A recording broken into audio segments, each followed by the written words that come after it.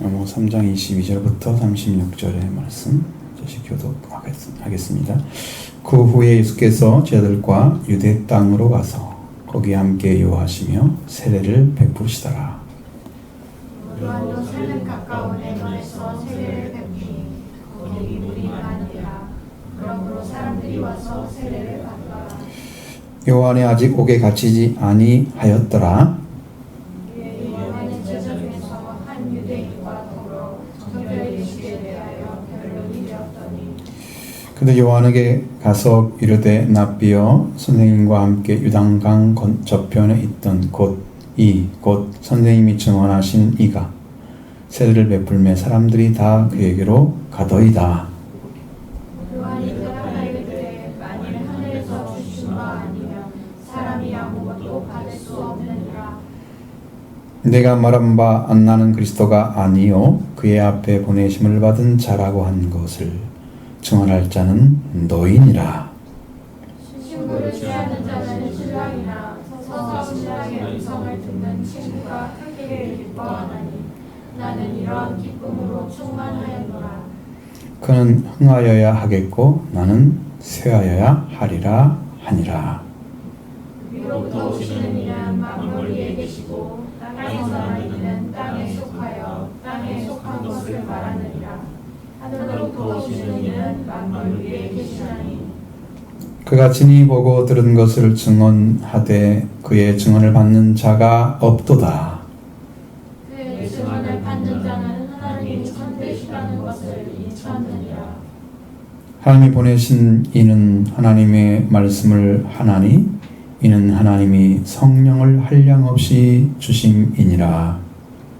아버지께서 아들을 사랑하사 만물을 다 그의 손에 주셨으니 같이 아들을 믿는 자에게는 영생이 있고 아들을 순종하지 아니하는 자는 영생을 보지 못하고 도리어 하나님의 진노가 그 위에 머물러 있느니라. 아멘. 세례를 베푸는 걸 보면서 요한이 예수님에 대해서 한 말씀, 그 이야기가 이제 27절 이하에 쭉 나와 있습니다.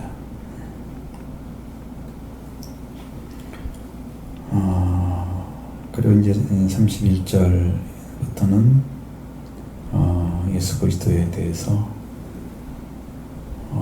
또 예수님이 보내심을 받은 이 하나님 보내심을 받은 자에 대해서 얘기를 하는 거죠.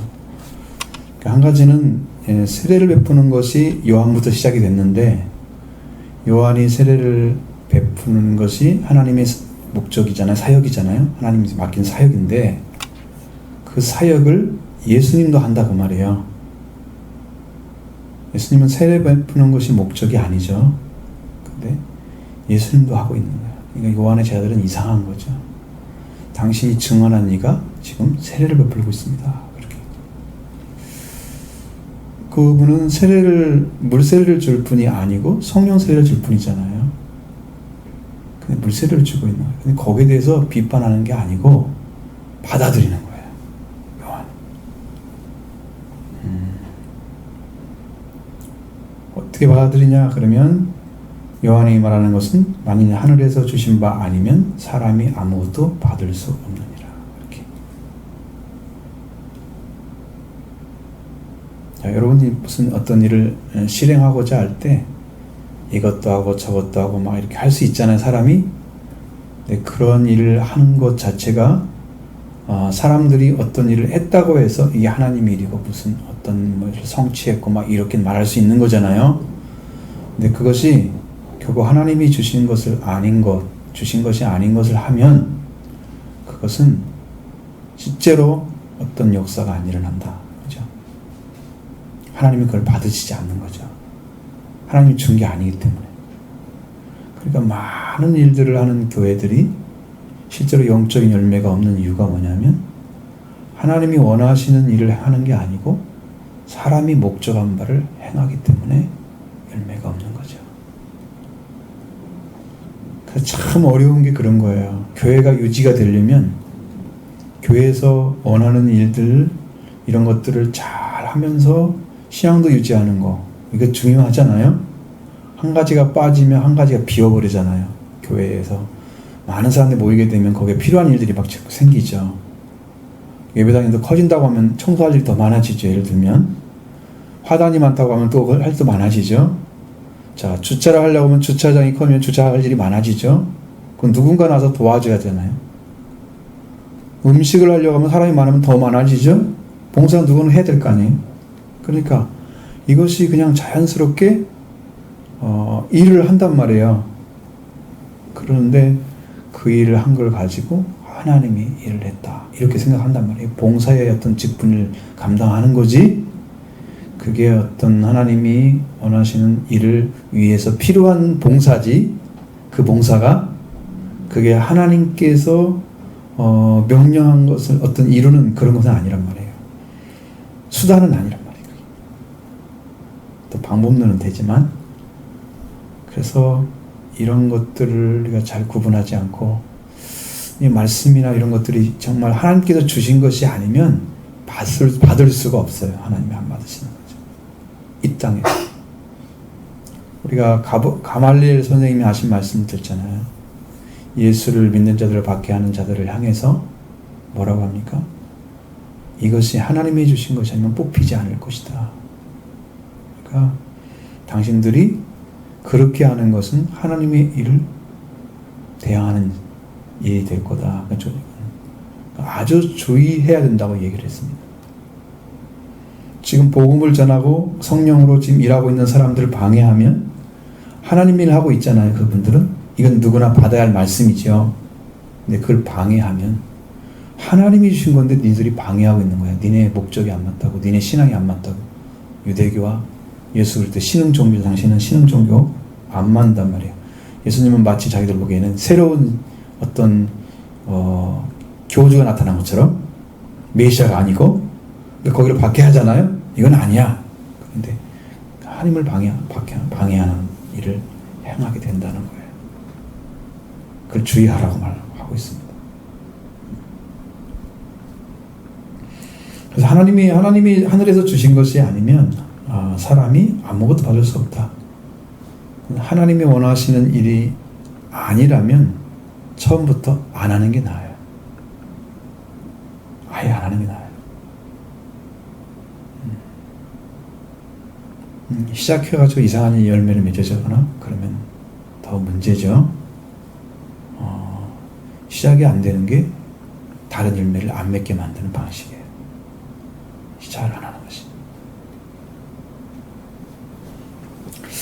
그래서 교회는 좀 더 신앙적인 목적이 분명하고 그러한 믿음을 가진 사람들이 모여지는 것이 더 훨씬 더 교회 전체를 위해서 필요한 재원들이 될 수 있어요. 믿음의 사람들이 필요한 거죠. 이제 물론 초신자들의 필요한 교육이 따로 있어야 돼요. 그들도 말씀을 받아야 될 대상이기 때문에 이제 우리가 생각할 수 있는 부분들은 이렇게 좀 정리를 해야 될 필요가 있다. 그런 것들에 대해서 하나님이 하늘에서 온 것이 아니면 사람이 할 수 없으니까 내가 말한 바 나는 그리스도가 아니요 그 앞에 보내심을 받은 자라고 한 것을 증언할 자는 너희다. 이렇게 얘기를 했어요. 이게 무슨 얘기를 하려고 하는 거예요?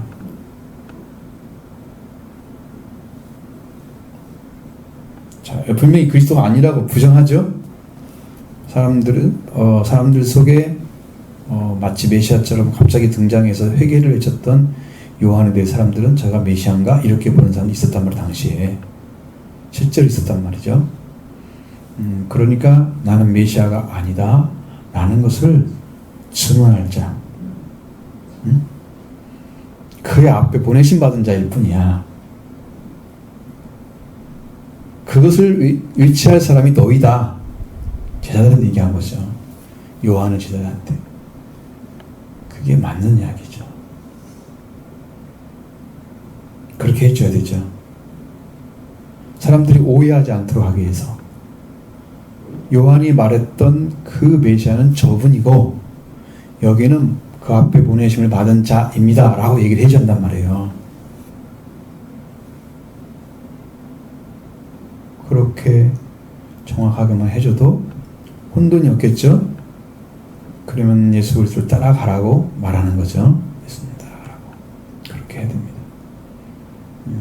요한은 여기서 판단을 정확하게 하고 있는 거예요.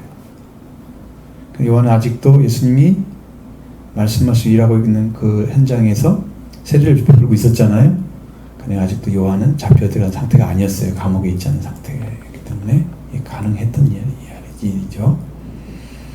신부를 취하는 자는 신랑이나 그 옆에서 듣는 친구가, 금성을 신랑으로 듣는 친구가 기뻐한다. 그것은 나는 이러한 기쁨으로 충만하였노라. 예수님은 지금 무엇을 하고 있는 거예요? 신부를 잡고 있는 거죠. 신부.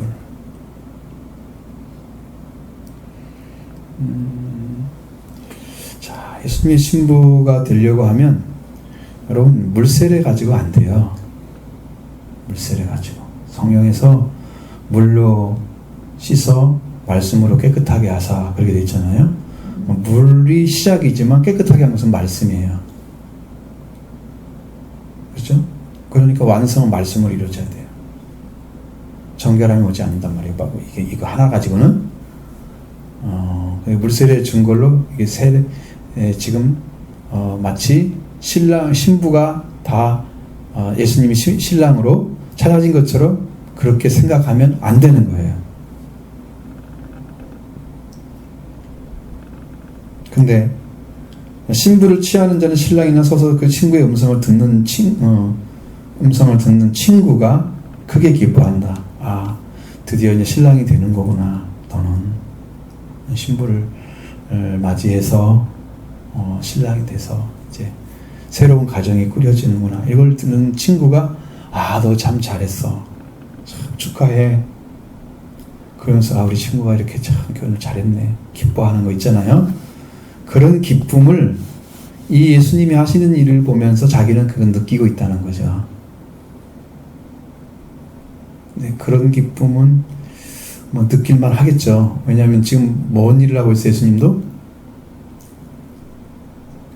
세례를 주고 있잖아요. 세례를. 유대 땅으로 가서 함께, 제자들과 함께 거기 가서 요하시며 세례를 베푸시다. 세례를 주고 있잖아요. 그러니까 세례를 통해서 얻을 수 있는 유익은 아주 제한적이죠. 왜냐하면 그분이 회개를 함으로써 회개가 시작되는 거잖아요. 회개 시작을 했는데 어디를 가기 위해서 회개 시작하는 거였어요. 그러니까 그게 불완전한 거잖아요. 그때도 이제 자기가 맡긴 일을 하고 있는 것을 예수님이 그 일을 대신하고 있는 것에 대해서 기쁨을 얻고 있다. 마치 이제 그런 것처럼 들리는데 그것까지는 아니겠죠. 예수님 그렇게 하신 건 아니고. 어쨌든 여기 이 세례 요한의 입장에서는 예수 그리스도 하시는 일에 대해서 100% 찬성을 하고 있고 기뻐하고 있다는 것을 알려주고 있는 거예요. 신부가 만들어지는 방법은 아니지만 마치 그와 같다. 그걸 지금 설명해 주는 거잖아요. 그러니까 그래서 그는 흥하여야 하겠고 나는 쇠하여야 하리라. 이렇게 해서 자기를 정리해요. 네, 자기는 시작해서 예수님이 어떻게 나타나면 되는 거예요? 메시아로 드러나면 되는 거죠. 회개에서 저분이 메시아라고 말하는 그분이 아 진짜 메시아네 라고 믿게 되면 세례 요한은 자기 사역이 잘 이루어진 거예요. 그러니까 세례 요한이 그걸 정확하게 하기 위해서 뭔 얘기를 하는 거예요? 나는 그리스도가 아니고 그 앞에 보내심을 받은 자라고 딱 자르는 거죠. 그래서 예수 그리스도가 더 드러나고 나는 사역이 끝났기 때문에 나는 세화여자 되고 그렇게 하는 거죠. 그럼 앞으로 예수님이 할 일이 무궁무진하게 남아있다. 사실 세례 요한은 시작 부분에서 세례에 관련된 그걸 통해서 회개를 시켜서 그리스도를 믿게 하는데 필요한 그 복음을 전해준 거예요. 근데 그 복음이 여러분 작은 거 아니에요. 성경에 엘리야의 복음이 바로 그 복음이었어요. 마음을 돌이키게 하는, 서로의 마음을 돌이키게 하는 엘리야의 능력과 심장으로 오신 그분이 누구였어요? 세례 요한이었어요. 그럼 누가복음 1장에 쭉 나와 있어요. 엘리야의 심정. 엘리야의 복음이에요. 그러면 여러분 생각해 보세요. 성경에서 잘 보셔야 되는데, 성경에서 엘리야가 또 나타나죠. 변화산에 또 나타나죠. 왜 나왔을까요? 부활하신 예수님 옆에 엘리야가 있어요. 모세하고. 왜 나타났어요? 부활을 가리키는 거예요. 죽지 않고 승천한, 죽음이 없이 승천한 엘리야, 죽음을 승리한 예수님 승천에 대해서 부활 승천에서 알려주는 거예요. 그 복음을 엘리야가 가진 복음이었어요. 그게 작은 복음이 아니거든요. 그러니까 그것이 확 일어나야 돼요. 엘리야의 복음이.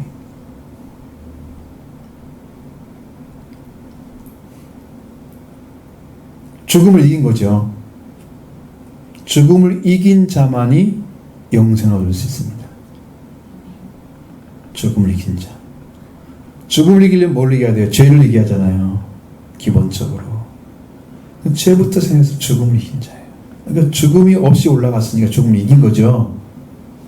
그러니까 그것은 죄가 사함 받은 자예요. 그러니까 그걸 상징하는, 예수님을 상징하는 거예요. 그걸.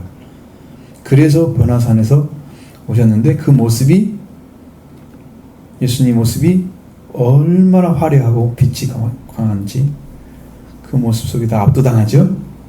그것은 예수님의 부활을 보여준 거예요. 부활되심을 보여준 거예요. 그 두 가지인데. 그러면 모세는 왜 나타났어요? 모세는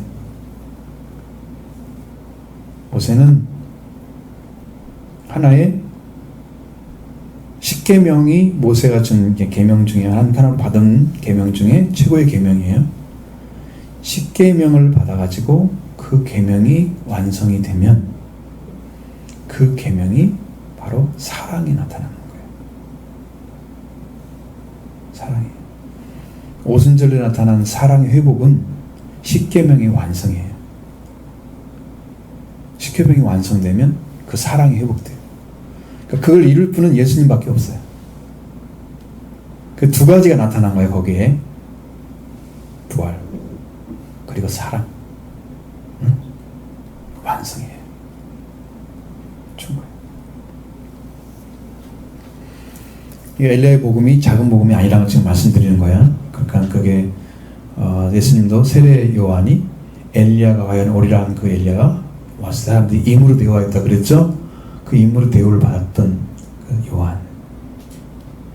작은 복음이 아니에요. 돌이키는 복음이었어요. 당시에는 돌이키지 않으면 이스라엘 백성들이 갈멜산에서 그때 제사를 드렸을 때에 하늘에서 불이 내려와서 하나님의 살아계심을 증언했죠. 저가 여호와로다 여호와로다. 그러면서 돌아왔죠. 백성들이. 돌아오는 걸 말하는 거예요. 회개를 말하는 거예요. 그래서 이제 그 복음을 회개 복음이라 이야기하고 회복의 복음도 되는 거예요. 돌아오는 거니까 세례 요한의 복음이 바로 그런 복음이다.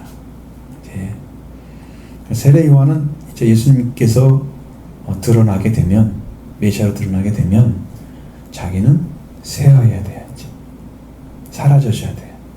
계속 외치고 있으면 안 돼. 그만해도 된다 이 말이죠. 충분히 말씀 다 전했어요. 그리고 예수님은 계속 성화는 일이 벌어지게.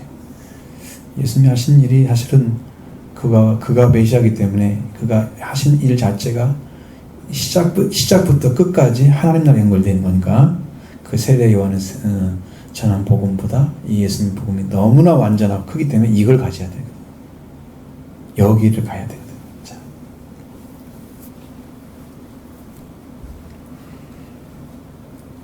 꼭 이 말씀이 이제 31절 이하도 꼭 요한이 얘기하는 것처럼 나오잖아요.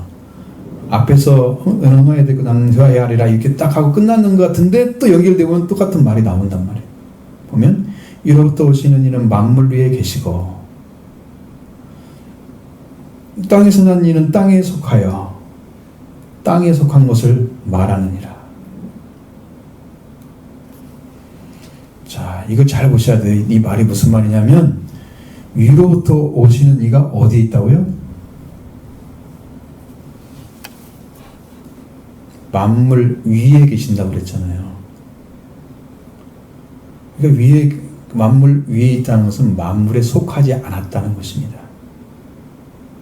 이 세상에 속하지 아니한 분이세요. 위로부터 오신 이가.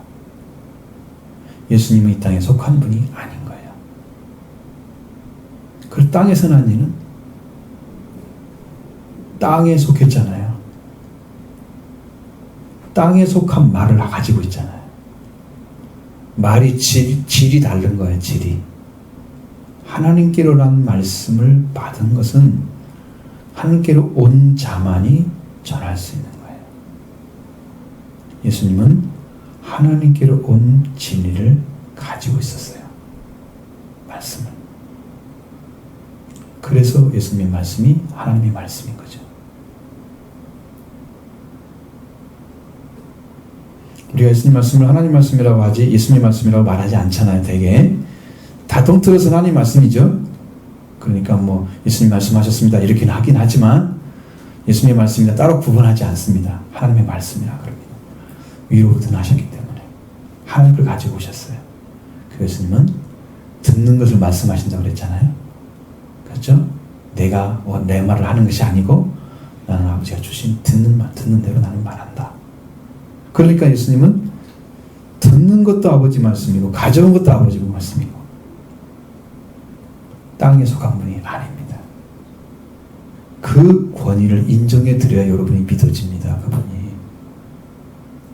그분이 어떤 분인가를 믿어드려야 돼요. 근데 그분이 어떤 분이라는 사실을 성경에 지금 설명해 주고 있잖아요. 소개해 주잖아요. 우리한테. 이로부터 오시는 일은 만물 위에 계시고 땅에 속하지 않았다. 만물을 다스리는 분이다. 위에 계시기 때문에 위에서 다스리는 거예요.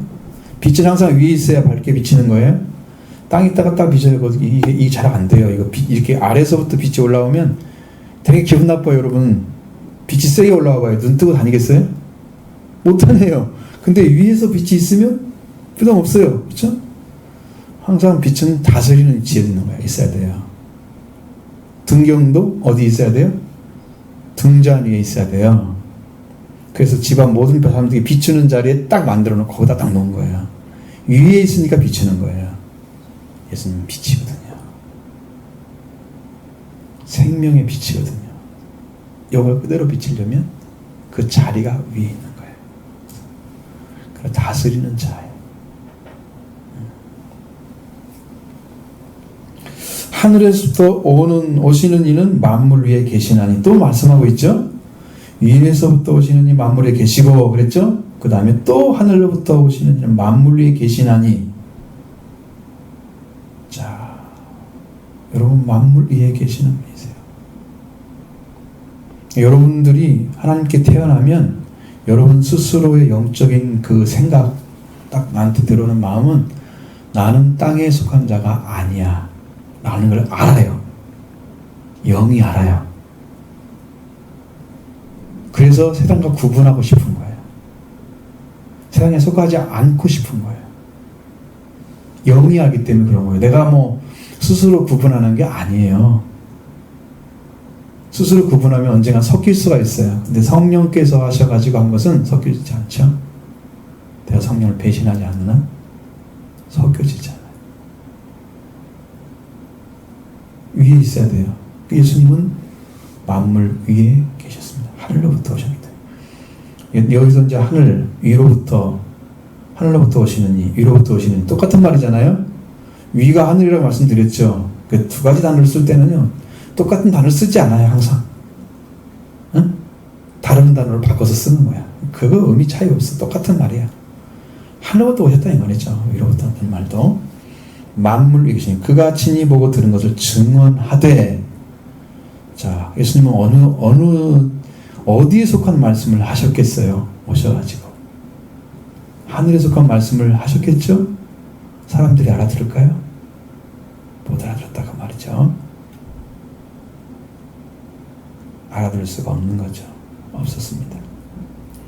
친히 보고 들은 것을 증언하되 그 증언을 받는 자가 없도다.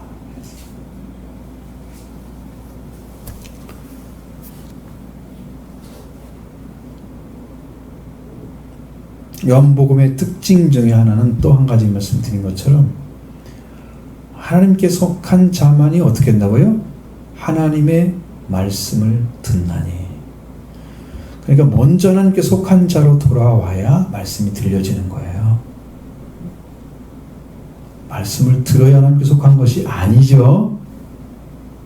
응? 거꾸로 돼 있어요. 근데 우리 속에는 내가 말씀을 들어 하나님께 속해야지. 그렇게 되잖아요.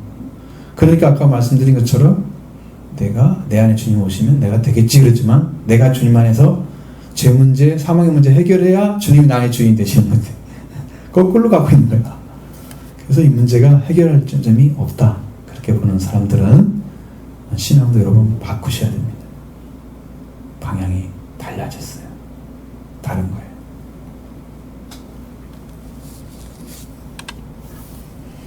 자, 그런데 이제 그 증언을 받는 자는 어떤 사람이냐? 그러면 그런 사람들은 증언을 받는 자리로 돌아온 사람들이에요. 이미 돌아온 자들만 예수님의 말씀을 받아요. 제자들은 예수님이 부르심 받았죠. 그래서 제자들은 예수님의 말씀을 들었어요. 여러분, 부름 받은 것과 부름 받지 않은 차이는 뭐가 있어요? 여러분이 부름 받은 자는 제자들이잖아요. 제자들 되잖아요. 사명이 주어지는 거예요. 그래서 그 일을 위해서 쓰임받아야 되기 때문에 그들은 말씀을 알아듣든지 못든지 다 들어야만 되는 거예요. 받아들여야만 되는 거예요. 왜? 다 성장한 다음에 알 수 있어요. 이 말씀은. 그전에는 잘 안 보이기도 하고 들리지도 않고 믿어지지도 않는데 그런데 제자잖아요. 그러니까 배워야 되는 거죠. 그냥 못 알아들어도 예수님께. 자, 증언을 받는 자가 돼야 됩니다. 증언을 받는 자. 자, 예수님하고 어떤 관계에 있으면 증언을 받을 수 있을까요? 예수 그리스도가 주는 말씀이 목격자의 말로 딱 들려지면, 그러니까 이게 영적인 위치가 찾아진 사람들이 보여지는 거예요. 그것이요. 위치가 찾아진 사람, 영적인 위치가.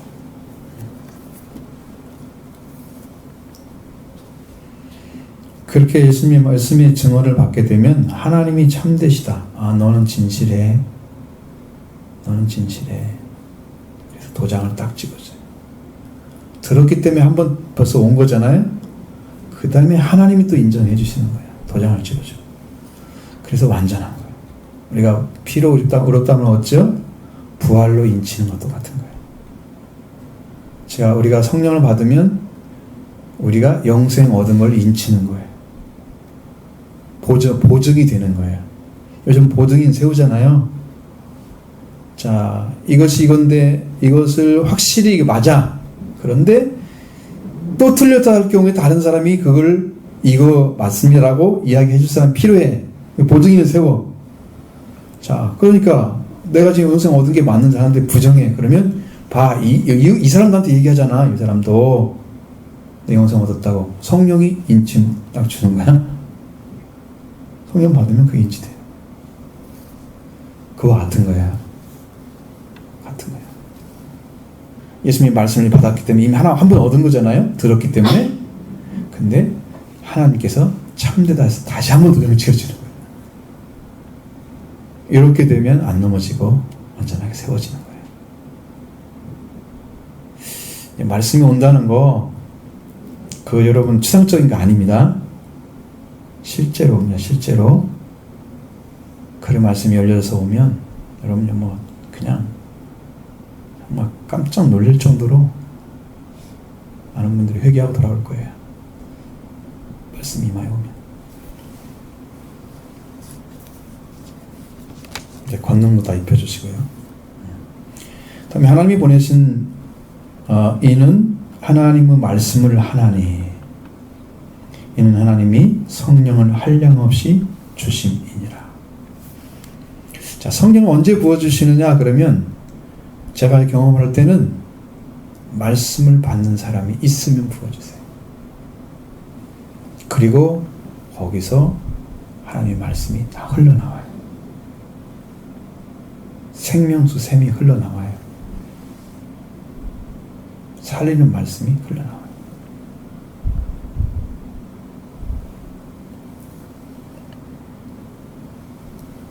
근데 여기서도 하나님이 보내신 자라고 말씀하고 있잖아요. 하나님이 보내신 이. 자, 위에부터 오시는 이는 만물에 계시고, 자, 이것은 사람들에게 오시는 것으로 권위를 가진 전제예요. 그런데 여기 34절에는 하나님이 보내신 이, 보냄을 받은 자예요. 여기서. 그 권위가 있는 것이 아니고 보냄을 받아서 지금 계시는 거야.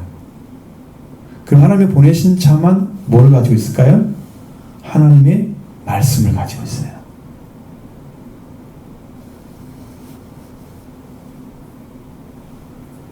그냥 보내지 않죠. 여러분 아무 할 일도 없는데 가서 뭘 해요? 그냥 하나님께 보내는 자들은 반드시 말씀을 주세요.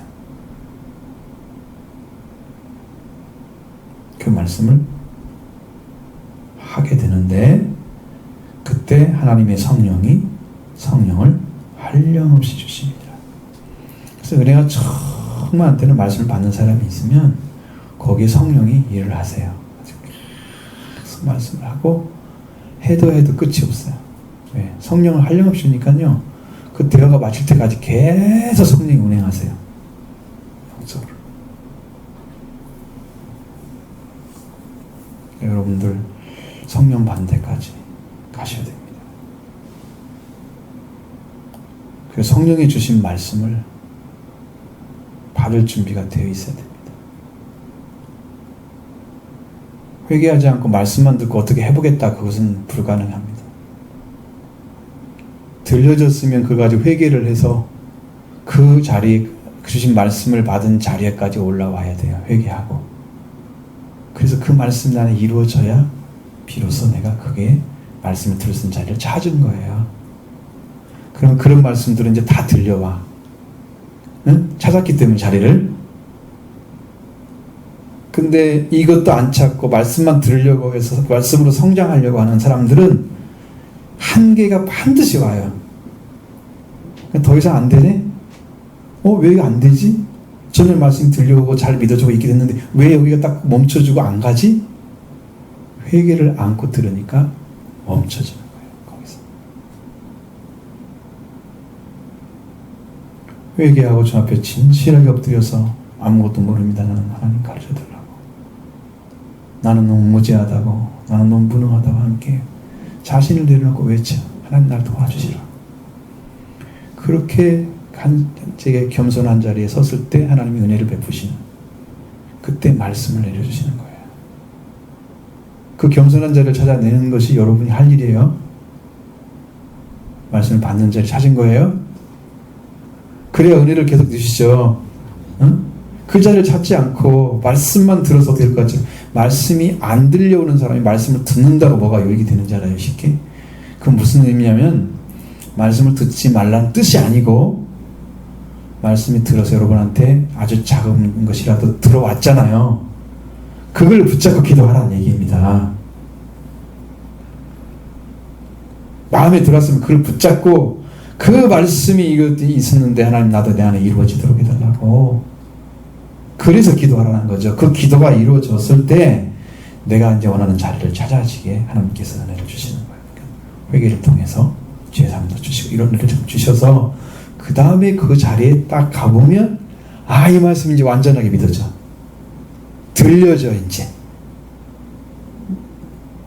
이것은 우리가 돌파해 들어가야 할 문제예요. 성경은 뭐라고 합니까? 천국은 침노하는 자의 것이라 그랬죠. 그러니까 침노를 해야 되는 거야.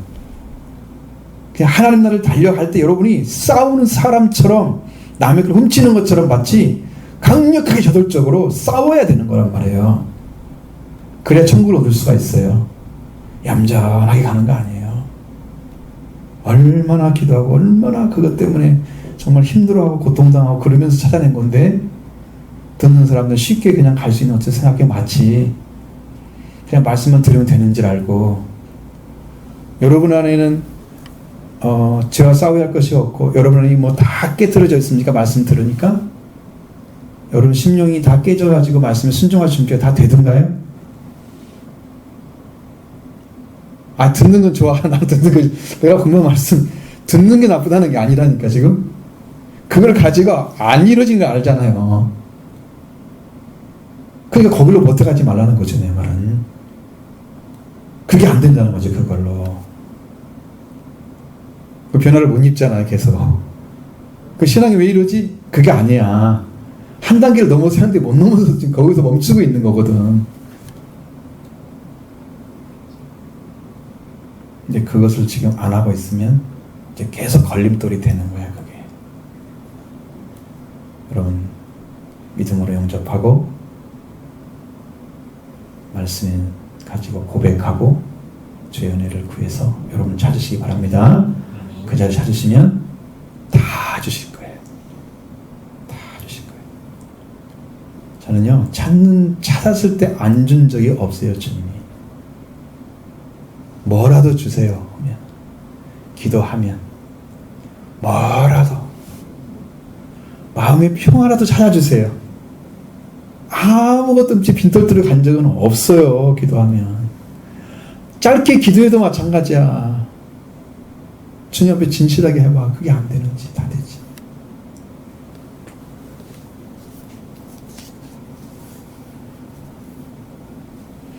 그래서 여러분 성령으로 역사하는 곳에 참여하려고 생각한다면 여러분도 그 자리를 찾으고 들어가셔야 된다 이 말이에요. 그래야 성령이 임하신 말씀이 똑같이 들려져서 같이 대화를 해도 누구 하나 틀리지 않게 똑같이 얘기를 하고 해서 다 교통이 돼서 정말 흐름이 너무 좋아요.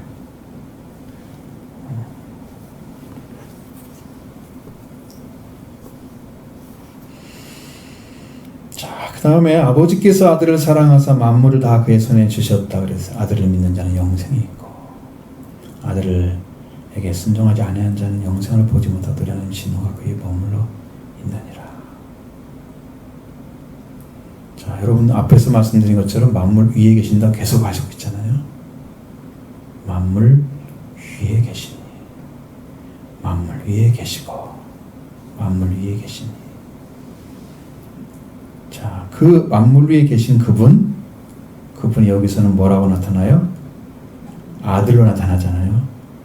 아버지께서 아들을 사랑하사 만물을 다 그의 손에 주셨으니. 위에 계신다는 말과 그 소유자와 똑같단 말이에요.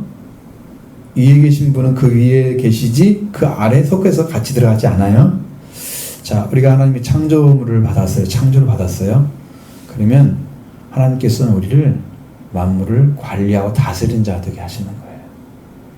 만물이 속에서 땅을 의지하고 땅에 나는 거 먹고 살면서 육체를 이렇게 생활을 살아가는 데 목적을 둔 그런 사람을 창조하지 않았어요. 하나님은 타락한 인간은 땅을 의지하면서 땀을 흘리면서 먹고 살고 살다가 흙으로 돌아가게 만들어졌단 말이에요. 그게 목적이 아니었는데 하나님 창조가. 그러니까 여러분 처음에 준 창조 주신 대로 그 자리를 차지할 거 아니에요. 틈치거를 찾아내야 할 거 아니에요. 만물 위에 있어야지 우리가. 만물 안에 들어가면 안 되지. 타락한 아담과 하와는 동산나무 뒤에 숨어 있었습니다. 하나님이 부르시니까. 내가 당신의 음성을 듣고 두려워서 숨었나이다. 그렇게 여기까지. 다스려야 할 것에 의지해서 하나님을 피해서 있는 모습이에요. 타락하니까 그렇게 만물을 의지하는, 만물 속에 들어가서 그것을 의지하고 사는 거예요. 지금 땅에 들어가가지고 땅의 것을 중심으로 살아가는 사고 자체가 지금 이제 만물 위에 계신 그 분과 같은 이치가 아니라는 것을 얘기해 주는 거야. 그러니까 여러분도 만물 위에 계신 그 만물의 주인으로서 아버지 사랑을 받은 그 아들이 만물을 다스리는 것처럼 그러니까 모든 것 위에 계신 분이세요. 그래서 만유의 주라고 말씀하시는 거예요. 만유의 주. 만유라는 말이 만물이랑 똑같은 말이야. 그러니까 일종의 이런 거예요. 그냥 모든 것이라는 말 뜻이에요. 만유라는 뜻도 그렇고 모든 것이란 의미예요. all thing. 예? 모든 거예요. 모든 거예요. 그것이 다 그의 손에 주셨잖아요. 그러니까 그 속에 누가 들어있어요? 사람이 들어가 있잖아요. 사람도 들어가 있죠. 그래서 아들을 믿는 자는 주인이잖아요. 만물의 주인. 그 아들을 믿는 자는 영생이 있고 그래서 그런 거예요. 다스리는 자이기 때문에 그분에게 속해야 과거에 우리가 멸망하지 않고 멸망되지 않도록 지으신 그 생명을 얻은 자의 자리에 서기 때문에 그래서 영생이 있다는 것을 말하는 거예요.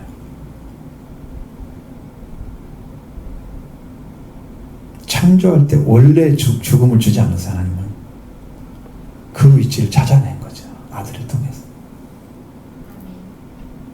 그러니까 다스림 받는 자가 아니에요. 우리는 다스리는 자예요. 가인한테도 죄를 다스리라고 했잖아요. 죄가 네 집 앞에 무는 꽁그리고 있지 나는 죄를 다스릴지니라. 여러분 죄를 다스리는 자가 주인이에요. 죄에 계시는 자는 죄에 속한 자예요. 죄의 종이거든요. 절대로 지면 안 된다. 우리는 주인이기 때문에 우리는 하나님께로 창조된 하나님의 자녀이기 때문에 그래서 하나님의 자녀는 하나님이 높으신 만큼 여러분은 높은 자리에 서서 주인의 역할을 하셔야 됩니다. 그럼 여러분 스스로 어떻게 여겨야 돼요? 땅에 속한 사람으로 이기지 말고 나는 하늘에 속한 자다. 하늘에 속한 자다. 영적인 위치는 이제 찾아지면 되지만 그것을 찾아가는데 과정이 필요하죠. 그 과정을 필요해서 들어가서 이제 딱 하나님 나라 주신 위치가 올라갔어요. 영적으로. 그래서 하나님의 자녀가 딱 돼서 그 위치에 좀 서서 살고 있다 이 말이에요. 내가. 그러면 하나님의 자녀들은 권세가 나한테 쓰임받게 되는 거죠. 내가 다스리는 자인 거죠. 자녀의 권세를 사용하니까 다스리는 자죠.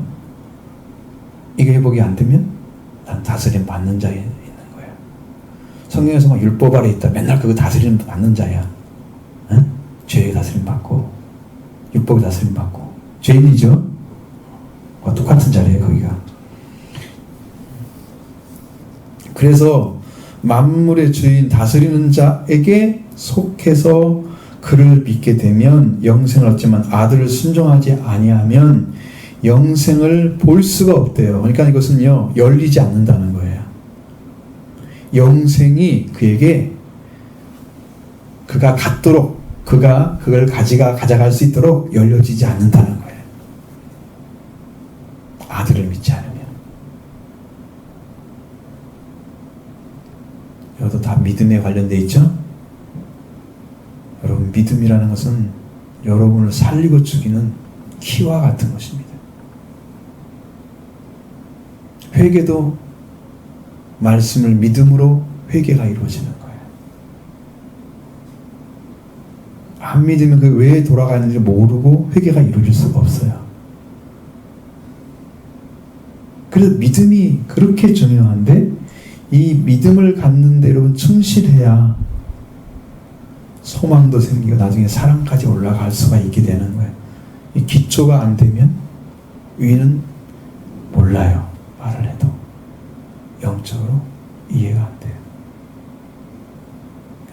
맨날 힘든 거지. 성경은 다 그렇게 써 있잖아. 뭐 더 이상 뭐 더 이하도 아니잖아요. 지금 읽는 그것도 바로 그거잖아요. 그럼 그 밑에 있는 말씀이 아니잖아요. 전부 그 위에 있는 말씀이잖아요. 그래 여러분 그걸 들으려면 정말 하나님과 관계가 회복된 자만이 들려오게 되기 때문에 여러분 그걸 찾기 위해서 한 주간을 사용하셔야 됩니다. 계속 그거. 찾아내면 여러분 그 일을 안 해도 됩니다. 이제는. 말씀에 죽는 사업을 하시면 됩니다. 사역이 그렇게 될 때.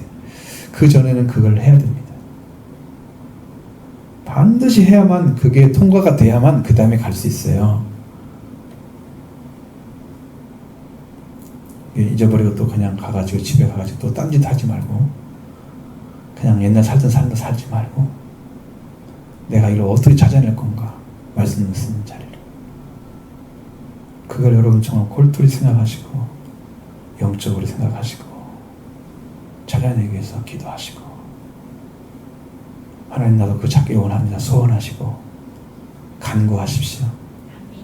마음에서 바라고 있는 거죠. 간절히 바라는 거죠. 간구가 한 가지 간구는 간절하게 비는 거 기도하는 것이고요. 또 한 가지는 간절히 바라는 것이 간구입니다. 간구하셔서 간절히 그걸 사모하는 거. 그래서 마음에 타오르면 그 심령이 타오르면 여러분 안에도 그걸 찾기 위해서 이제 기도도 하면서 늘 마음으로 바라고 기다리면서 이렇게 가다가 어느 순간에 이제 성령께서 만나게 해주시는 거예요. 이렇게 들어가는 길이 있는 거죠. 제가 경험한 걸 얘기하는데 여러분 그거 잘 모르시겠지만 여러분도 경험하시면 압니다. 응? 다 받아봤기 때문에 말을 해주는데 인가 아닌가 여러분 계산하지 마십시오. 그냥 그게 길입니다. 그렇게 들어갑니다. 그 영생을 보지 못하고 열어지지 못하고 도리어 오히려 하나님의 진노가 그에 머물렀다. 하나님의 진노가 뭐 때문에 온다고 그랬어요? 원수된 것 때문에 온다고 그랬잖아요. 똑같아요. 여기도 하나님과 관계 개선을 위해서 아들을 보냈는데 그 개선을 예수 그리스도를 통해서 하지 않은 것이야. 그래서 죄인의 자리에 있는 거야. 그리스도를 통해서 화목관계가 이루어지지 않은 인성을 가지고 있는 사람이 죄인이라고 그랬잖아요. 아까 그걸 어떻게 다 알겠어요? 난 알지. 여러분이 그걸 외우면은 그 한 번 들어갖고 외우면은 진짜 이건 말도 안 되고 그 영적인 위치가 거기 있어. 영적으로 보면 아 정말 그렇구나. 그래서 예수님이 십자가에서 살해를 해버렸잖아요. 원수된 거. 적대시하는 마음을 가진 그거 하나님을 원수로 여기는 거야. 그걸 깨트려 버리셔야 됩니다. 그래서 예수님한테 가니까 하나님과 화목이 이루어지는 거야. 왜? 예수님이 십자가에 이룬 것을 가지고 딱 갖다 주는 거냐 우리한테. 우리 마음을 변화시켜 주십니다. 저기는 사라지게 하시고 하나님을 아버지로 받아들이게 하시는 거예요. 속죄와 부활이 이루어진 상태죠. 이렇게 이제 은혜를 입혀셔서 우리를 살게 하는 거예요. 그러니까 진노가 머물러 있으면 안 되는 거죠. 이렇게 하면 우리가 망하는 걸 100% 길 안 걸어서 여러분 한번 새롭게 영적으로 새롭게 각오하시고 출발하시면 여러분의 새로운 역사가 이루어질 줄로 믿습니다. 늘 찾는 자에게 함께 하신다는 걸 제가 알기 때문에 여러분 마음에서 계속 찾고 만나고 그분을 정말 여러분 심령 안에 영접하실 때까지 될 때까지 그게 그러니까 먼저 들어가고 그 다음에 은혜를 입고 그 다음에 여러분이 예수님 영접하시는 거잖아요. 근데 이제 말씀을 받게 되면 여러분 어떤 단계를 거치지 않고도 우리 들어가는 길이 있어요. 그건 주님이 이루시는 거예요. 주님이 그냥 100% 말씀을 믿어 들어가는 사람들은 확실하게 그냥 와서 딱 해주세요. 그 나중에 그걸 다 알게 해주세요. 언제 예수님 내 안에 계셨는데 내가 언제 어떻게 영접했지? 잘 몰라요. 근데 분명히 주님이 계시는 거예요. 난 고등학교 2학년 때부터 그랬어요. 계속 계시는 거예요. 내가 일생 동안 주일을 한 번 빼먹었는데요. 교회 다닌 뒤로. 왜 그러냐면 고등학교 다니면서 어떤 일이 있어가지고 그날은 학교를 안 가면 안 되는 날이었어요. 이상하게. 그래서 그날 주일 한 번 빼먹으면 너무 이상하더라고. 지금까지 주일을 한 번도 빼먹지 않았어요. 딱 한 번은 어쩔 수 없이. 하지만 주님을 위해서 우리가 부름받았으면 이렇게 충성을 다해서 살아가는 거 너무 중요합니까?